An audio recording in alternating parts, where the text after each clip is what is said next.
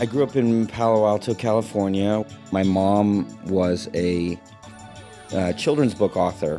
My dad worked in tech. I think he was a lot like I am, meaning he had like 5 billion projects going on all the time. There were these experiments that he was always doing, and we weren't supposed to talk about them because I guess he was finding the secret to alchemy. By the time I got to high school, like, I didn't have a thing. So I ended up just getting into a lot of trouble. Like in 8th grade, we started stealing cologne. We had like 30 bottles of cologne each, like in our lockers at school.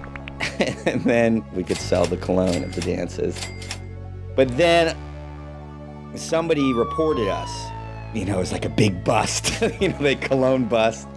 And I got caught for graffiti. And so it just kind of kept adding up until, like, it wasn't just on probation anymore. I was like a ward of the court. So I just had to make a big change. And so that's when really I started pursuing everything that I am still pursuing. I'd really gotten into kind of film at a certain point. I remember watching My Own Private Idaho many, many times on VHS. I think River Phoenix, I'd watch all of River's movies when I was young. He was the big one.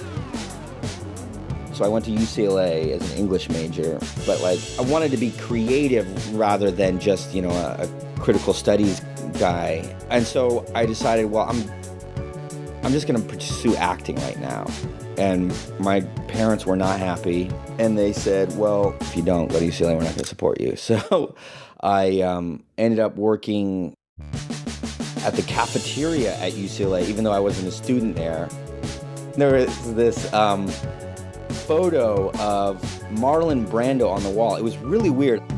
I just would look at that picture and be like, all right, I'm working in the cafeteria, but Brando's here, and, we're doing it.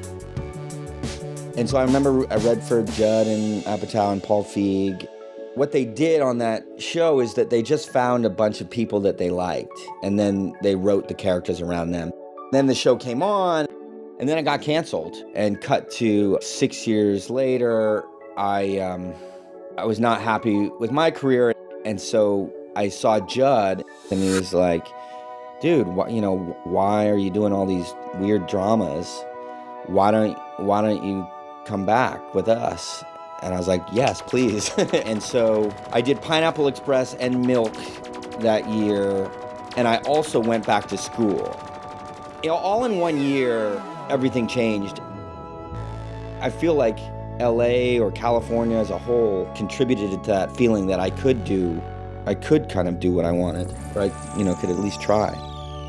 All the things I do, I think they're kind of connected in one way or another. And at least in my head, what I'm trying to do is just find the best form for it. But maybe it looks like I'm just kind of a mad scientist gone off the rails. I don't know.